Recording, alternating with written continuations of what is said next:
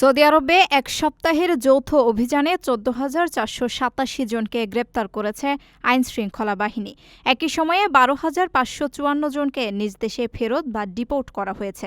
গ্রেপ্তার ব্যক্তিদের মধ্যে সবচেয়ে বেশি আছেন আবাসন বা ইকামার নিয়ম লঙ্ঘনকারী, যাদের সংখ্যা ৭,৯১১ জন।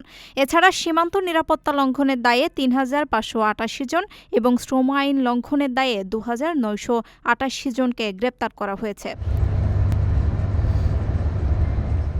এই অবৈধ প্রবাসীদের পরিবহন, আশ্রয় দেওয়া এবং তাদের লুকিয়ে রেখে কাজে নিয়োগ দিয়ে সহায়তা করার অপরাধে আরও ২৩ জনকে গ্রেপ্তার করেছে সৌদি কর্তৃপক্ষ। বর্তমানে ৩৯,২৫৮ জন নিয়ম লঙ্ঘনকারী আইনি প্রক্রিয়ার বা শাস্তিমূলক ব্যবস্থার মধ্য দিয়ে যাচ্ছেন। এদের মধ্যে ৩৫,৪৬০ জন পুরুষ এবং ৩,৭৯৮ জন নারী। এছাড়া ২১,১২৭ জনকে তাদের ভ্রমণ সংক্রান্ত প্রয়োজনীয় নথিপত্র সংগ্রহের জন্য এবং ১১,২৪০ জনকে তাদের ভ্রমণের টিকিট বা রিজার্ভেশন সম্পূর্ণ করার জন্য সংশ্লিষ্ট দপ্তরে পাঠানো হয়েছে।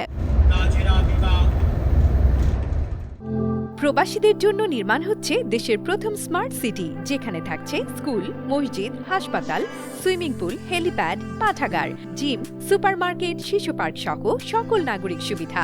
মাত্র ৩০ লাখ টাকা বিনিয়োগে মিলছে আকর্ষণীয় ফ্ল্যাট। প্লাটিনাম ইনভেস্টরদের জন্য ঢাকা বিমানবন্দরে ভিআইপি প্রোটোকল সুবিধা।